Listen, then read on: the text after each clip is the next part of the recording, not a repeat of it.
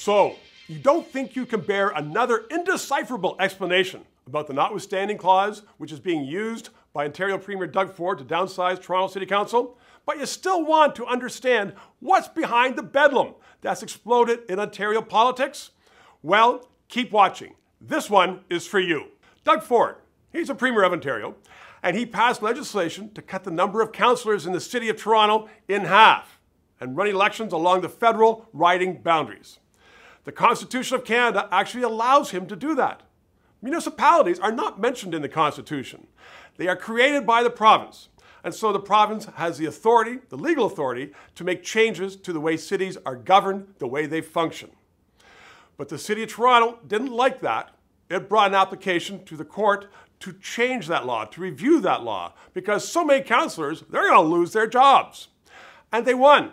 The judge, a very smart fellow, said the change was legal. Of course, the province could do it, but it was happening too quickly. With just weeks before the election, he said it would deprive citizens of rights under the Charter, the freedom of expression being one of them. It's a bit of a stretch. Most legal analysts think that is the wrong decision and it would be overturned on appeal, but there's no time to appeal. The election date is October the 22nd. So the Premier has introduced legislation to overturn the court decision using the notwithstanding clause in the Constitution. He has the right to do this under the Charter, under the Constitution, but it's never been done in Ontario. And naturally, it's something new. So people are angry. They're fit to be tied. Some people are angry because there will be former councillors all over the place. They want their jobs. Some are angry because the changes to the rules are in the middle of an election. Some are angry because they say the charter rights, my charter rights, they've been taken away from me. Some are still angry because they lost the provincial election.